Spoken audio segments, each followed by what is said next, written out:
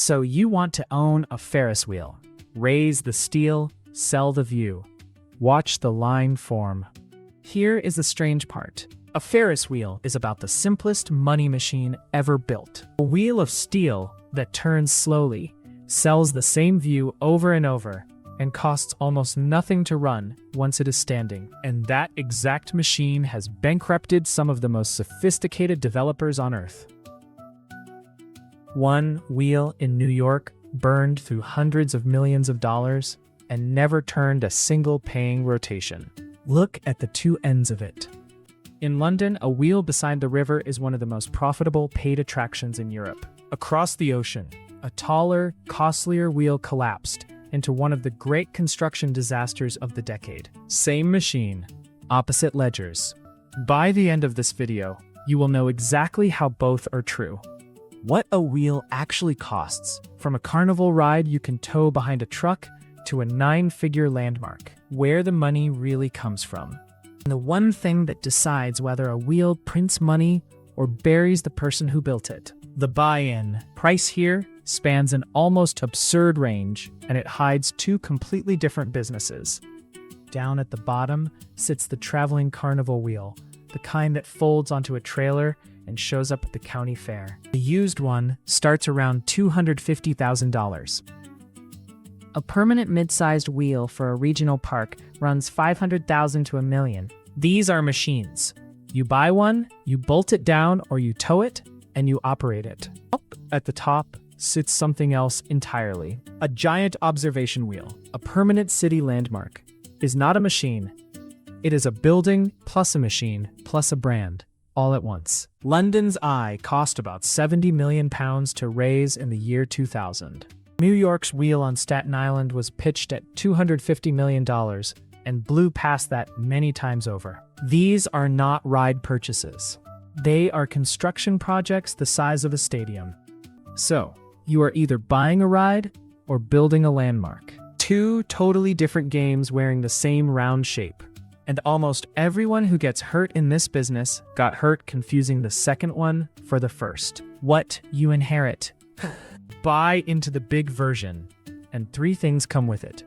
First comes the location, which is the entire business. A wheel sells a view, and a view is only worth money when millions of people are already standing near it, wanting to look. You are not really buying a wheel. You are buying a spot on a map, and the wheel is just the turnstile you put on top of it.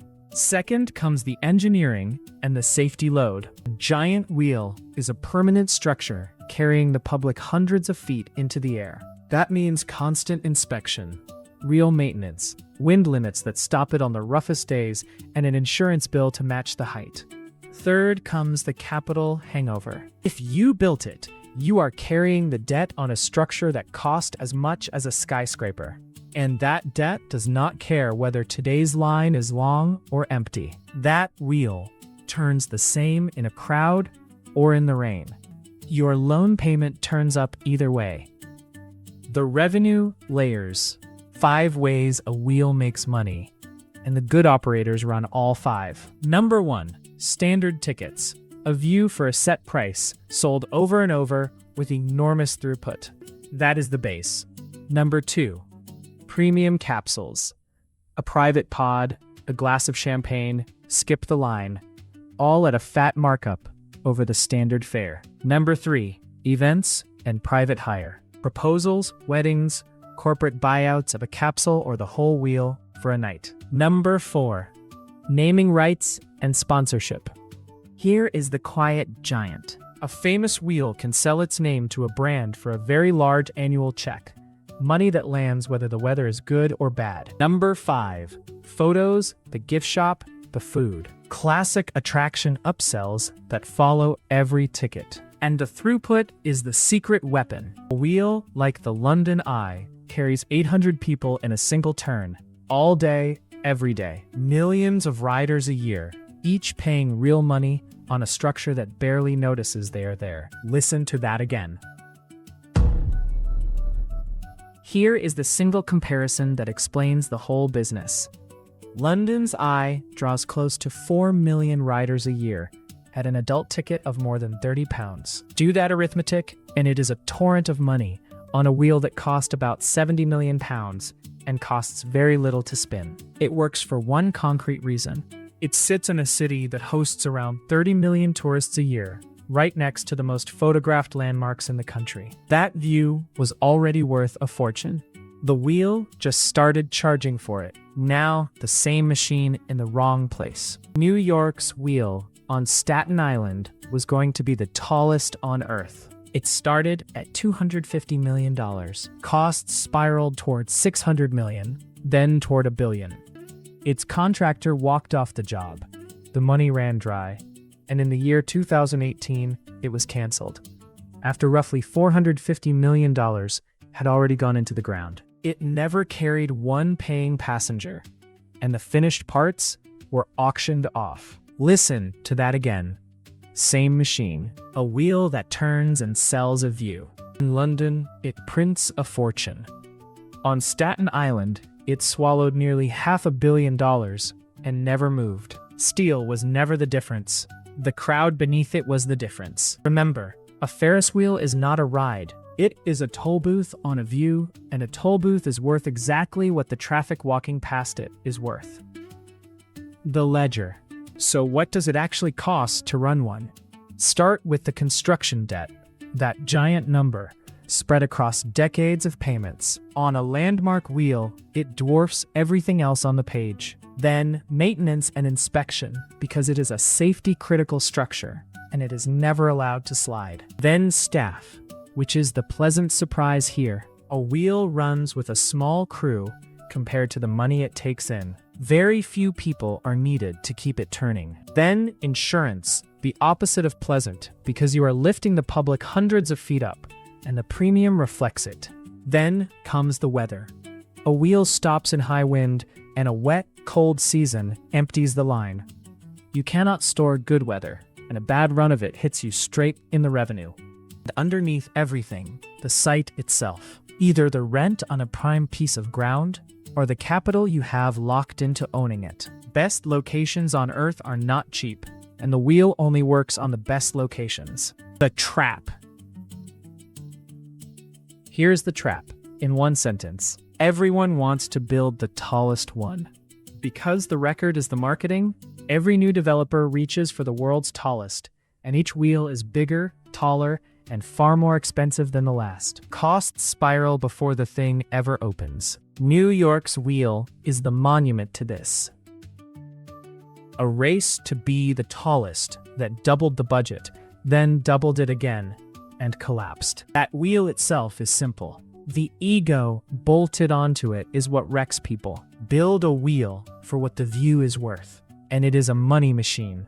Build it to break a record, and the record breaks you. The man who built the first one.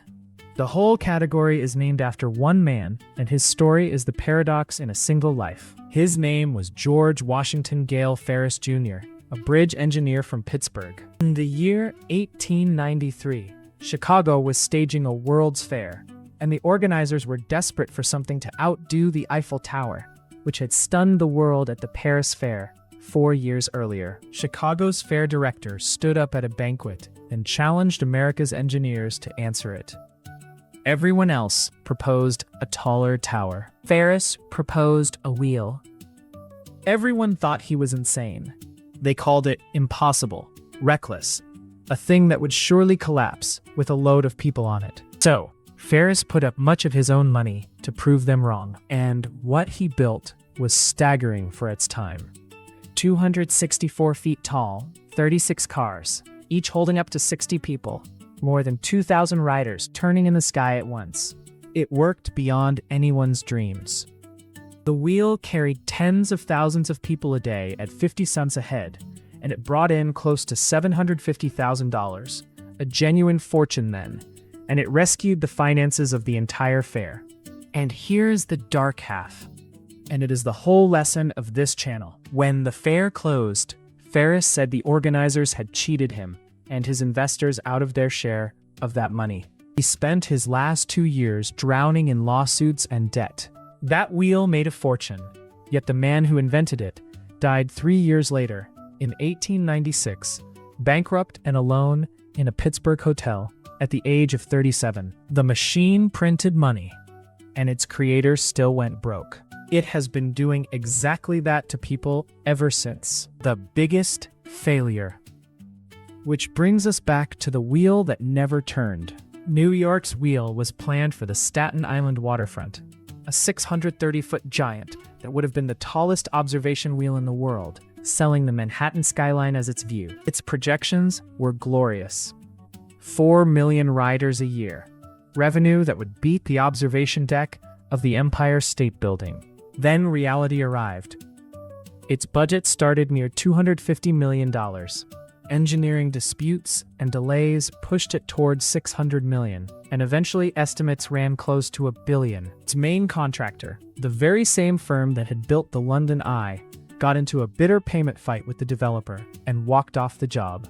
Work stopped. New York City refused to hand over the bond financing the developers begged for, because it no longer looked economically viable. In the year 2018, the project was dead. Roughly $450 million had been spent. Legs, towers, and capsules that had already been built were auctioned off, sold for a fraction of their cost. Hundreds of foreign investors who had funded it lost their money. And here is the point. Its view was real. Its demand was arguable, but the cost discipline was gone. A wheel that was supposed to cost $250 million and never turned a single time cost its backers close to $500 million. That very same shape that prints money over the Thames became a hole in the ground on Staten Island. How the survivors do it. 5 habits straight out of everything you just saw. Habit 1. Buy the location, not the wheel. Put it where millions already walk. A global tourist city. A famous waterfront. A wheel is only ever as good as the crowd around it. Habit 2. Right-size the ambition. Do not chase the tallest in the world. Build the wheel the view can actually pay for. That record is exactly what blows the budget apart. Habit 3.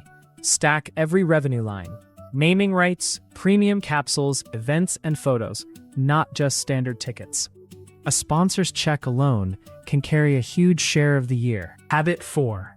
Respect the wind and the weather. Model the downtime honestly, and do not plant a wheel where the season is short and the sky is rough. Habit 5. If you are a small operator, the carnival wheel is a real business. Cheap, mobile. It folds onto a trailer and chases the crowds instead of waiting for them. That traveling ride is often safer money than the landmark that makes the headlines. Does this actually work? Both ends, clearly. Take the Goodyear, a right-sized wheel at a world-class location, London by the river, a famous harbor, with naming rights, premium capsules, and millions of riders. It is one of the highest margin attractions on the planet. Steel is cheap to run, and the view sells forever. Now, the bad year. A record-chasing mega wheel in a second-tier location with a budget spiraling out of control. It is one of the fastest ways ever invented to lose 9 figures. Ask the New York wheel. Ask George Ferris. Put the two on one page. London's Eye, a landmark, a cash machine, refinanced and sold again and again at a premium. And the New York wheel, close to $500 million, never turned once, auctioned for scrap. Same machine, opposite ledgers. A wheel was never the variable. Location and discipline were. So does it work? Yes, if you own the view and you build for what it is worth. And no, if you are chasing a record in the wrong city. Everything here points at one simple truth. You were never really buying a wheel. George Ferris built the first one to answer the Eiffel Tower, carried a fortune's worth of riders, saved a World's Fair, and died broke and alone 3 years later, still fighting over the money. More than a century on, the London Eye turns slowly over the Thames and prints a fortune, while across the ocean, a taller, costlier wheel sat in pieces in a yard and was sold for scrap without ever turning once. That machine never changed. A wheel of steel that lifts people up, holds them at the top for one quiet moment, and brings them back down and charges them for the view. You were buying a toll booth on a skyline. And a toll booth is worth exactly what the crowd beneath it is worth, and not $1 more. Put it where the world already stands and looks up, and the wheel will pay you forever. Put it anywhere else, and it will do to you what it did to the man whose name it still carries.